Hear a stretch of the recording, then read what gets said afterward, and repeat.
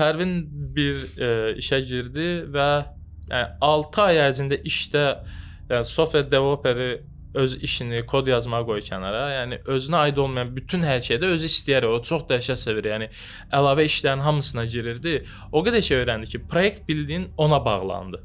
Yəni həqiqi mənada proyekt ona bağlandı. Niyə? Çünki deploy mərhələsini öz boynuna götürmüşdü. Proqramlaşdırma tərəfini öz boynuna götürmüşdü. Biznes tərəfin belə böyük əksəriyyətini öz boynuna götürmüşdü və o həll eləyirdi. Biz onunla gecə saat 12-də deploy başlayıb səhər saat 6-da yekun elib qurtardığımız vaxt olub. Amma o 6 ay ərzində elə şeylər öyrəndi ki, bunu sən kursa gedərək və yaxud öyrənə bilərsən, amma nəzəri tərəfini öyrənə bilərsən. Ona görə qaçmaq lazım deyil mənim fikrimcə o şeydən. Yəni elə gəlib çıxırsan da bir mərhələ, yoxsa sadəcə kod yazası olsan, yəni adın software developer mi? Prosta developersən, kodursan, yəni developer deyil. Sadəcə kod yazırsan, yenə də məncə yükləmək lazımdır.